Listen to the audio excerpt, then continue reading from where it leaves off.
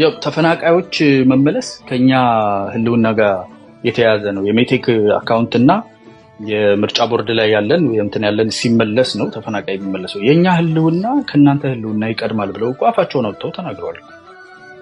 እነ ደብረጽዮን ሁሉም አመራሮች ነው መንጆሪ ነው ምንድን ያሉት 1 ሚሊዮን ሰው ሞተ የምትሉት እኛን ለማስጠቆር ነው ወይ አትበሉ እኮ ብለዋል። ጄኖሳይድ የሚባል ነገር እንዳትሉ። ለምን ሻቢያን መጥፎ እያደረጋችሁ ነው? አዲሱን አለቃ እኛን መጥፎ እያደረጋችሁ ነው። ስለዚህ ሞታችሁን ደብቁ እኮ ያሏችሁ ድርጅት ማን ያለው ትለኛለህ? ከተፈናቀልክበት የምትመለሰው እኔ ወደ ስልጣኔ ስመለስ ነው ብለዋል። እንኳን በህይወት እያለ የምትናገረውን በሞትህም ላይ ነው የሚፈርደው እንጂ ይሄን ደግሞ ምን ካካደው ነገር ነው እንዴ? ፊት ለፊት ወጥቶ የኔ ንብረት ነው ከሻቢያ ጋር ቁም ካልኩት አስቆመዋለሁ፣ ከገዛ ሀገሩ ጋር ታዋጋዋለሁ፣ ካሰለፍኩት ቦታ ይሰለፋል። ለዛ ነው 4 ኪሎ እየተመላለሱ ወዴት እንምራለህ እኮ ነበር ጥያቄያቸው። እኔን ስሪኝ የሚል የድሮ ዘፈን ነበር ሹሩባ ለመስራት።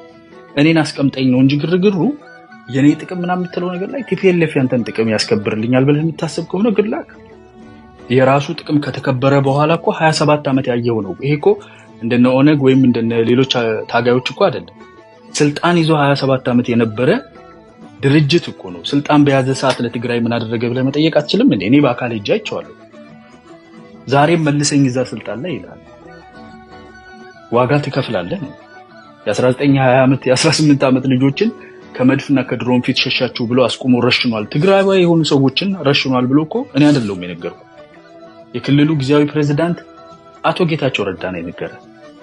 እዚህ ላይ መታችሁ ሚዲያ ላይ ሰውን አይኑን የምታስሩበት እንደ ድሮ ውድብ ውስጥ እናስገባለን ጠረንፋለን አይሰራም።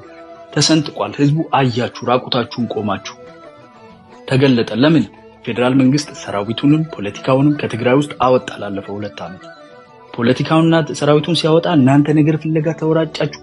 አያችሁ ህዝቡ በግላጭ እነኚህ ሰዎች እውነትም ለካ ለስልጣናቸው ለኃይላቸው ከሆነ መልሰው ከሻቢያ ጋር ራሱ ወንድማማችነህና ታረቅ ብለው እግር ኳስ ጨዋታ ያጋጥሙናል።